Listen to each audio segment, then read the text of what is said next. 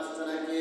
তোমার এই দুধের বাচ্চা সবে মাত্র দুধ খায়, যুদ্ধের নাম আমি লেখাচ্ছি, তোমার বাচ্চা তো ঘোড়ায় সওয়ার হতে পারবে না, তলোয়ার চালাতে পারবে না, শত্রুদের সাথে তো মোকাবেলা করতে পারবে না, তোমার এই দুধের বাচ্চাটা আমি কি করব? তখন ওই দুধের বাচ্চার মা বলল, ইয়া রাসূলুল্লাহ, ইয়া হাবিবাল্লাহ, আমি জানি আমার দুধের সন্তান ঘোড়া চালাতে পারবে না, তলোয়ার চালাতে পারবে না, শত্রুদের সাথে লড়াই করতে পারবে না। ইয়া রাসূলুল্লাহ, আমি এগুলি জানার পরও কেন নিয়ে আসছি জানেন? তার কারণ হইল আপনাকে লক্ষ্য কইরা যখন শত্রু বাহিনী তীর চালাবে, তলোয়ার দ্বারা যখন আঘাত করবে, তখন আমার এই দুধের বাচ্চাটাকে আপনি তলোয়ার হিসাবে ব্যবহার করবেন।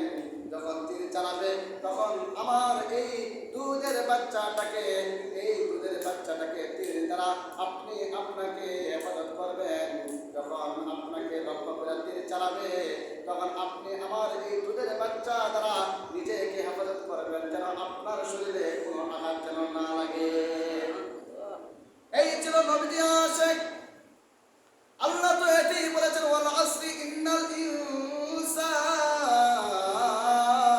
লাফি খুসর ইল্লাল্লাযীনা আমানু ওয়া আমিলুস সালিহাতি ওয়া তাওয়াসাউ বিল হাক্কি ওয়া তাওয়াসাউ বিস সাবর।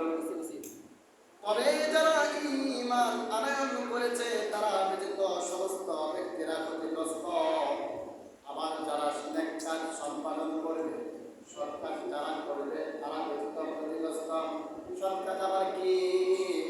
এলাকার মধ্যে অন্যায় চলতেছে, এলাকার মধ্যে ব্যভিচার চলতেছে, ওই সমস্ত